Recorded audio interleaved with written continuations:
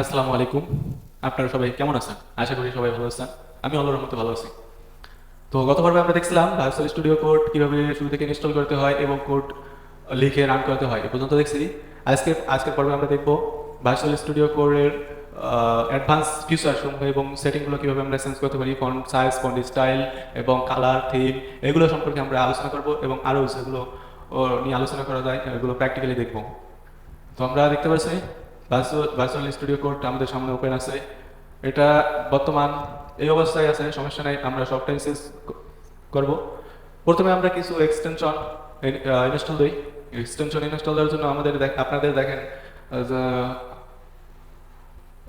Extension option একটা আছে, আপনারা এভাবে এখানে আসতে পারেন। আমরা প্রথমে যে এক্সটেনশনগুলো দেবো এগুলো আমরা সার্চ দিয়েও নিয়ে আসতে পারি, এবং আমরা প্রথমে যেহেতু এসেছি সেহেতু আমাদের এখানে আমরা শো করবো, সমস্যা নাই। আমাদের প্রথমে আমরা দেখতে পাচ্ছি একটা লাইভ সার্ভারের কাজ মূলত কি, আমরা যে কোডটা লিখলাম, ওই যে গতবার আমরা বলছিলাম যে আমরা শর্টকাট ব্যবহার করতে পারি, এই শর্টকাটটা এখানে মূল টেকনিকটা লাইভ সার্ভার ব্যবহার করে আমরা আমাদের কোডটা লাইভ ভাবে রান করতে পারি। অর্থাৎ আমাদের এখানে একটা আইকন থাকবে এই যে নিচে, আবার আরেকটা আমরা এক্সটেনশন ব্যবহার করব, এইখানে প্লে বাটন থাকবে। এখন আমরা লাইভ সার্ভারটা ইনস্টল দেই, দেওয়ার পরে দেখি মূলত কি ঘটে। ইএসলিন এটা পরে ব্যবহার করব আমরা, যেহেতু এই যে কোড রানার, এই যে প্লে বাটনের কথা বলছিলাম, এটা আমরা ইনস্টল দিলাম। এবং এই যে ম্যাটেরিয়াল আইকন মূলত কি, আমরা যে কোডটা লিখলাম এটা কোন আইকনে থাকবে, অর্থাৎ এটা এইচটিএমএল ফাইল না জাভাস্ক্রিপ্ট ফাইল না সিএসএস ফাইল বা পাইথনের ফাইল, এটা বোঝার জন্য আমাদের এই এক্সটেনশনটা দরকার হবে। এই জন্য আমরা ম্যাটেরিয়াল আইকনটা ইনস্টল দিলাম, এবং এটা পরে সেট আপ করে নিতে হবে আমাদের। এরপর আমরা দেখতে পাচ্ছি এখানে এইচটিএমএল এর সিএসএস সাপোর্ট, এটা আমাদের দরকার আছে। না, বিগিনার হিসাবে আপনারা ব্যবহার করতে পারেন, নাও করতে পারেন। আমরা দেখতে পাচ্ছি ম্যাটেরিয়াল আইকন থিমটা ইনস্টল হয়েছে এবং এটা আমরা সেট আপ দিলাম। দেওয়ার জন্য আমরা ম্যাটেরিয়াল আইকন থিমে ক্লিক করলাম।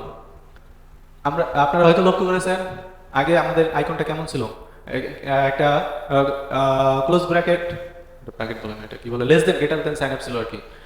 এখন দেখেন এখানে এইচটিএমএল এর ট্যাগ লোগো এসেছে। তো এটা আপাতত থাক, এখানে এই কোনো সমস্যা নাই। আমরা এরপর নেক্সটে যাই। যার জন্য আমরা অটো রিনেম ট্যাগ, এটাও আমাদের দরকার নেই, জাভাস্ক্রিপ্টে আমরা পরে কাজ করব।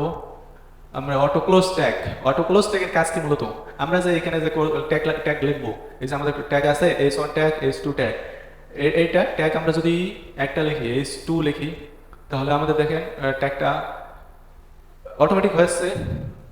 তাহলে ওটা তোকে কি অটোমেটিক তো হচ্ছে পাথ ইনস্টলার আর এগুলো পরে, তো ওটা বাদ, 5 মিনিট 5 সেকেন্ড কাটা দিতে হবে পরে, ঠিক আছে। পাওয়ার সেল আমাদের কম্পিউটারে ডিফল্ট ভাবেই আছে, আমাদের দরকার নেই। আমরা installing code API, code snippet, এগুলো আমাদের দরকার নেই। এনপিএম ইনস্টলার, আমাদের একটা গুরুত্বপূর্ণ জিনিস আছে KITE, গাইড, এটা এখন আছে কিনা জানি না, তবে আমি আগে ব্যবহার করতাম, বর্তমানে এটি মার্কেট প্লেসে নাই, দুঃখিত। আমরা যেহেতু জাভাস্ক্রিপ্ট বা HTML এবং CSS এবং জাভাস্ক্রিপ্ট আমাদের সব লাগবে, আমরা যেহেতু সব শিখতে চাচ্ছি, দুনিয়া যত কিছু আছে যদি আমরা সব শিখতে চাই তাহলে আমাদের বেছে বেছে অনেকগুলো জিনিসেই ইনস্টল দিতে হবে। আমরা এখন আপাতত কিছু ইনস্টল দেবো না, আমরা এটা ক্লোজ করে দিচ্ছি এবং এটা ছোটো করে নিয়ে আসতেছি।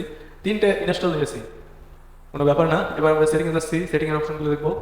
সেটিংয়ে দেখেন এখানে দুটা ফিচার দেখাবে, একটি ইউজার এবং ওয়ার্ক পেজ। ইউজার মূলত কি, একজন ইউজার, আপনি ব্যবহার করছেন এটি, আপনি একজন ইউজার, এভাবে লিখছেন। আর বাদ, আর ওয়ার্ক পেজ, আপনি যে ফাইলটা নিয়ে কাজ করছেন এটি হচ্ছে আপনার ওয়ার্ক পেজ। আপনি ওয়ার্ক পেজের জন্য আলাদাভাবে সেটিং করতে পারেন, আবার আপনার ডিফল্টভাবে পুরো যত কাজ করবেন সবটার জন্যই একটা সেটিং করতে পারেন।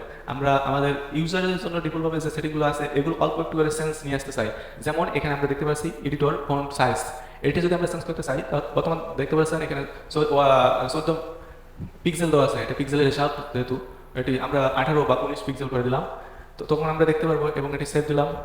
ইন্টারসাফেস এভাবে ডিফল্ট হবে, সমস্যা নাই। এবং আমরা কোড এডিটরে গেলাম, যা দেখবো এটি আমাদের বিশাল বিশাল ফন্ট আকারে দেখাচ্ছে এবং বড় বড় আকারে দেখাচ্ছে। এটি আমরা অল্প একটু ছোটো করলাম, এখন দেখেন ছোটো হয়েছে এবং বড় হবে। আমরা এরপর আমাদের ট্যাব যে সাইজটা আছে, একটা ট্যাব দিলে আমরা কয়টা স্পেস নেবে এইটা দেখাবে। আমরা এটা আরো বাড়ায় দিতে পারি, 7 বানিয়ে দিতে পারি, 5 বানিয়ে দিতে পারি, যেহেতু ডিফল্টভাবে সাইজ আছে সাইজ হয়ে থাক, নো প্রবলেম। এরপর আমরা টেক্সট এডিটর, এখানে অনেক কিছু আছে, এটা আমাদের কোনো দরকারই নাই। ফন্ট নিয়ে যেহেতু আমরা কাজ করতে চাই, আপনারা হয়তো দেখবেন প্রফেশনাল যারা কাজ করে তাদের ফন্ট এডিটর অর্থাৎ কোড এডিটরের ফন্টটা আলাদা হবে একটাই হ্যাকিং হ্যাকিং লাগে আর কি। এরকম যদি আমরা করতে চাই তাহলে আলাদাভাবে আমাদের একটা ফন্ট ইনস্টল দিতে হবে। ফন্টটার নাম হচ্ছে ফিরা কোড, FIRA, ফিরা কোড লিখে যদি আমরা সার্চ দিই তাহলে আমরা একটা ফন্ট গুগলেও আছে। আমরা মূলত এটি গিটহাব থেকে ইনস্টল দেবো। গিটহাব থেকে ইনস্টল দেওয়ার জন্য এখানে দেখতে পারবেন ফিরা কোড, এটা গিটহাবে আছে। এটা মূলত যারা ডেভেলপ করেছে তারা মূলত গিটহাবেই পুশ করে দিছে। আমরা এখানে ডকুমেন্টারি পরে পরে এটা আপনি করতে পারবেন। এদের স্টাইলটা কীরকম হবে এটা আপনি দেখতে পারবেন যে আপনার একটা হ্যাকিং ফিলস নিয়ে আসবে।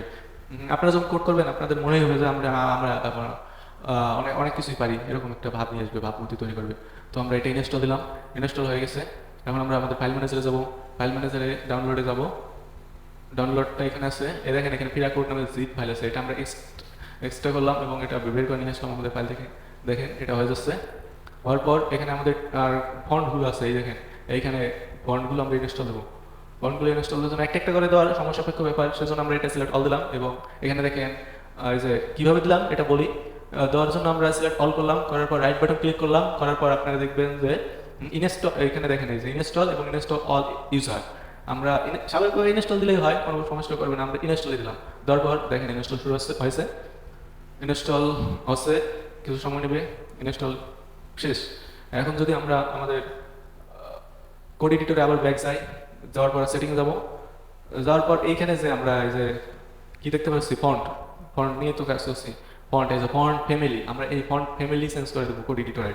এর জন্য আমরা ডিফল্টভাবে যে ফন্ট ফ্যামিলি আছে এটা আছে, কাটে দিলাম। দিয়ে আমরা আমাদের ফন্ট ফ্যামিলির নাম লিখবো। আমরা আমাদের ফন্ট ফ্যামিলির নাম ছিল ফিরা কোড। কোড এইভাবে লেখার পর আমরা যদি এডিটর পেস্ট করি তাহলে ফিরা কোড ডিফল্টভাবে সেট হবে। তারপর আমাদের যে কাজটি করতে হবে, এই কাজটি অনেকেই ভুল করে, এই কাজটি ভুল মোটেই করা যাবে না, এর জন্য মনোযোগ সহকারে দেখতে হবে। তো এখানে দেখেন ফন্ট ফ্যামিলি, এইখানে আমাদের ফন্টের নাম লেখার পর দেখেন ফন্ট লেন্থ বা ফন্ট কনফিগারেশন ফাইল নামে একটা কি জেসন ফাইল পাবেন, এটা আমাদের ওপেন করতে হবে। ওপেন করার পর আপনারা দেখবেন যে এখানে জেসন আকারে আমরা যে জিনিসগুলো চেঞ্জ করেছি এই জিনিসগুলো এখানে দেখতে পাবেন।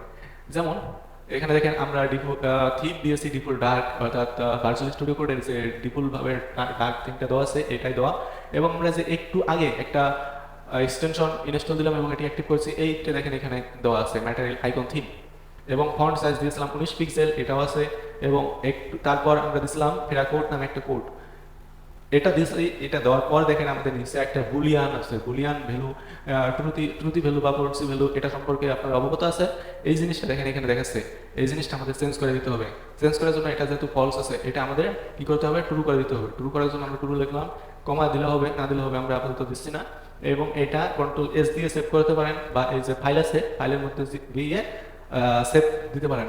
দেওয়ার পর আপনাদের আর মূলত কোনো কাজ নেই। আপনারা এখন দেখতে পারবেন কীভাবে এটি আপনার জীবনকে অনেক সহজ করতে পারে। এখন আমরা আমাদের কোড HTML index.html ফাইলে ব্যাক আসলাম, আসার পর দেখতে পাচ্ছি আমাদের ফন্ট ফ্যামিলি পুরোই চেঞ্জ হয়ে গেছে। কীভাবে চেঞ্জ হচ্ছে এটা বোঝার জন্য আমরা যদি আগে আমরা কীভাবে কোড লিখতাম, এই কোডটা লেখার জন্য আমরা একটা জাভাস্ক্রিপ্ট ফাইল নেই। ফাইল নেওয়ার জন্য দেখেন জাভাস্ক্রিপ্ট ফাইল নেওয়ার পর দেখেন আমাদের JS নামে যে লোগোটা আছে এই লোগোটা শো করছে, এবং আমরা এই ফাইলে console.log লিখলাম। console.log লেখার পর আমরা একটা এমনি কিছু একটা লিখলাম।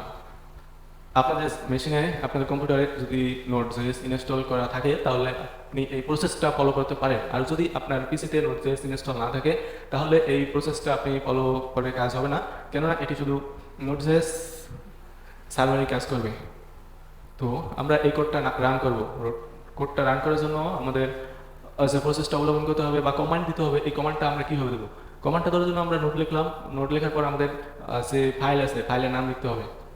ফাইলটা কি নামে আছে, app.js। এটা এবার আমরা কি লিখলাম, তো এখানে লক্ষ্য করার বিষয় আছে নোট টার্মিনালে আমরা এই কোডটা রান করবো এবং আমাদের ফাইলের নাম দেবো। আমাদের ফাইলের নাম হচ্ছে app.js। এটা আপনি যে কোনো নাম দিতে পারেন, আপনার নাম দিতে পারেন, আপনার পছন্দের যে কোনো নাম দিতে পারবেন, কোনো সমস্যা নেই। কিন্তু শেষে ডট দিয়ে JS, অর্থাৎ আপনি ডট দিলেন যে কোনো একটা ফাইল যখন তৈরি করেন, টিএক্সটি ফাইল বা পিডিএফ ফাইল বা ইমেজ ফাইল, যে কোনো ফাইলের শেষে আপনি যে এক্সটেনশনটা কি দেন, একটা ডট তো দিতেই হয়। ডট দেওয়ার পর আপনি পিএনজি দেন বা আইএমজি দেন বা পিডিএফ দেন, যে কোনো দেন। এটার ক্ষেত্রে আপনি যেহেতু জাভাস্ক্রিপ্ট দিতেছেন, তাহলে আপনাকে অবশ্যই জাভাস্ক্রিপ্ট দিতে হবে, জেএস লিখতে হবে। তো আমরা যদি এন্টার করি, যদি কোনো ভুল না থাকে, তাহলে আমরা দেখতে পাচ্ছি আমাদের টার্মিনালে কি শো করছে, hello dot hello hello world show করছে। সমস্যা নাই, আমরা যেটা লিখছি এটাই শো করার কথা। এখন যদি আমরা কিছু কিছু নেই আর কি, ভেরিয়েবলটাকে কিছু নেই, আমরা প্রথমে ভার ব্যবহার করি, সমস্যা নেই। আমরা বিগিনার হিসাবে আমরা কিছু নাম দিলাম। স্ট্রিং, স্ট্রিং কি? স্ট্রিং মূলত ভেরিয়েবলের ভিতরে স্ট্রিং এর ভিতরে আমরা না এত কিছু রাখবো না, একটা নাম লাগবো কি খুশি কথার হয়েছে, কথার ভুল থাক, সমস্যা নাই। এখন একটা নাম রাখা লাগবো আর কি, mobile, MOBILE, mobile, MOBILE, mobile তো দিলাম। তারপর আমরা console.log মোবাইল, না নেম। তো why is not this problem, console.log, এটা আমরা কনসোল করলাম। তাহলে আমাদের এটা রান করার কথা, দেখি আমরা রান করি কিনা। ও আমাদের দেখেন আমরা কি করছি এখানে। আমরা প্রথমে একটা ভেরিয়েবল নিছি। ভেরিয়েবল মূলত কি? ভেরিয়েবল হচ্ছে একটি বস্তা ধরতে পারেন, যেখানে আপনি অনেক কিছু লোড করতে পারবেন, রাখতে পারবেন। অর্থাৎ স্তরে স্তরে সাজায় রাখতে পারবেন, গোছায় রাখতে পারবেন। আপনি নাম্বার রাখতে পারেন, আপনার স্ট্রিং রাখতে পারেন, আপনার বুলিয়ান ভ্যালু রাখতে পারেন, আপনার কি কি রাখা যায়, মনে রাখা যায়, অনেক কিছু রাখা যায়। এখন এখন এখন এভাবে আমরা এটা তো বোঝাইতে চাইছিলাম আর কি, কেমন এটা ভেরিয়েবলটা কি মূলত। ভেরিয়েবলটা মূলত এটা স্টাডি করতে হবে, ভেরিয়েবল কি। আমরা যদি আমাদের W3 তে যাই, আমরা এখন স্কুলের স্টুডেন্ট, এবং টিউটোরিয়ালে গিয়ে আমরা যদি জাভাস্ক্রিপ্টে যাই, এখানে আমাদের মূল জিনিসটা দেখাইব কি, ধরেন আমরা ইন্ট্রোডাকশন হয় দিস আউটপুট সিস্টেম এই যে ভেরিয়েবল, জেস ভেরিয়েবল। এখানে আমরা দেখতে পাচ্ছি কি, why to declare a JavaScript variable. আমরা চারভাবে জাভাস্ক্রিপ্ট ভেরিয়েবল ডিক্লেয়ার করতে পারি। আমরা প্রথমে দেখছি কি, var কিওয়ার্ড দিয়ে, অর্থাৎ ভেরিয়েবলের সংক্ষিপ্ত রূপ, অর্থাৎ প্রথম তিনটে VAR, এই তিনটে দিয়ে আমরা ভেরিয়েবল ডিক্লেয়ার করতে পারি। পরবর্তীতে যখন আপডেট এসেছে, এগুলো অবশ্যই চেঞ্জ হয়েছে। এগুলো দেখেন লেট, কনস্ট্রাক্টর বা লেটস, এটা দিয়ে আমরা করতে পারি। এখন আমাদের এটা দেখার পালা যে কীভাবে আমরা এটি ব্যবহার করতে পারি। Y are variable or constant of string data value, অর্থাৎ এটার ভিতরে কিছু ডাটা স্টোর হয়ে থাকবে। In this example x, y and z R variable declare with var keyword, অর্থাৎ আমরা তিনটা value x, y and z, এই তিনটা ভ্যালু আমরা আমাদের ভেরিয়েবলে স্টোর করে রাখতে পারবো। এখানে আমাদের উদাহরণ হিসেবে রেখেছি এক্সাম্পল, এটা আমরা কপি করে নিয়ে যাই আমাদের কোড এডিটরে, এবং এটা আমরা রান করার চেষ্টা করি। এখানে দেখেন কি বলছে, মূলত var নামে var কিওয়ার্ড ভেরিয়েবল x এর মধ্যে 5 রাখা হয়েছে, এবং ভেরিয়েবল y আরেকটা নেওয়া হয়েছে, নেওয়ার পর এটার ভিতরে 6 স্টোর করে রাখা হয়েছে, এবং z নেওয়ার পর এটি সামেশন করে দেওয়া হয়েছে, সামেশন অর্থাৎ যোগ করে দেওয়া হয়েছে। এখন যদি আমরা এটা রান করতে চাই, z ভেরিয়েবলকে সেভ দিলাম, দেওয়ার পর আমরা হেডিংটা দিলাম, দেখেন আমাদের আউটপুট এসেছে 11। তো আমরা কি বুঝলাম, এটা দেখেন কিভাবে কাজ করেছে, সামেশন যোগ করে ফেলছে। আমরা আবার এখানে ফিরে গেলাম, এখানে দেখেন in this example x, y and z R variable declare with let keyword. Let কিওয়ার্ডের মাধ্যমে আমরা এটা ব্যবহার করতে পারি, সেম টু সেম কাজ করবে, কিন্তু পার্থক্যটা বিশাল। এখানে পার্থক্যটা কিভাবে বিশাল, এটা বোঝার জন্য আমাদের আরেকটা ভেরিয়েবল ডিক্লেয়ার করতে হবে, যেমন var ভেরিয়েবল x। ওইখানে আমরা প্রথম আমাদের ভ্যালু কি ছিল 5, এখন যদি আমরা এটা 10 করে দেই, কারো কিছু যায় আসে না। দেখেন আগের মতোই আউটপুট আসবে। কিভাবে আউটপুটটা আসলো দেখেন, আউটপুট আসার একটা কারণ আছে অবশ্য, এই যে এক্সটা কিন্তু এইখান থেকে ডিউটি শেষ, আর নিচে এসে কোনো পারমিশন পাবে না। নিচে পারমিশন পাওয়ার জন্য আমাদের আরেকটা কাজ করা যেতে পারে, আমরা এই যে জেড আছে আমাদের ভেরিয়েবল, এই জেডের সাথে আমরা 10 যোগ করতে পারি, যেমন জেড। দেখেন কি হয় এবার আমাদের আউটপুট আমরা যদি দেই, দেখেন আমাদের আউটপুট 10 এসেছে। হোয়াই নট ইজ পসিবল, কীভাবে সম্ভব 10 আসা? আমাদের জেটের ভ্যালু হওয়ার কথা ছিল 11, 5 আর 6 যোগ করার পর আমাদের জেটের ভ্যালু আসার কথা ছিল যে 11, কিন্তু এসেছে 10। আমাদের আগেরটা কাজ করছে না, পরেরটা কাজ করছে। কাজ করার একটা রিজন আছে, রিজনটা হচ্ছে এটার কোনো মূল্য নেই।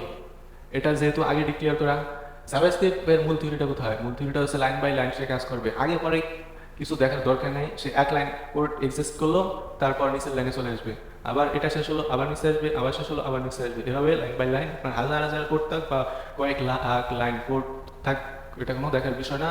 এটা line by line code exist করবে। আপনার এটা এক্সিস্ট না করে পরের লাইনে যাবে, এটা কোনোভাবেই সম্ভব না। হয়েছে, অনেক কথা হয়েছে, 5 মিনিট হয়েছে। এবার 20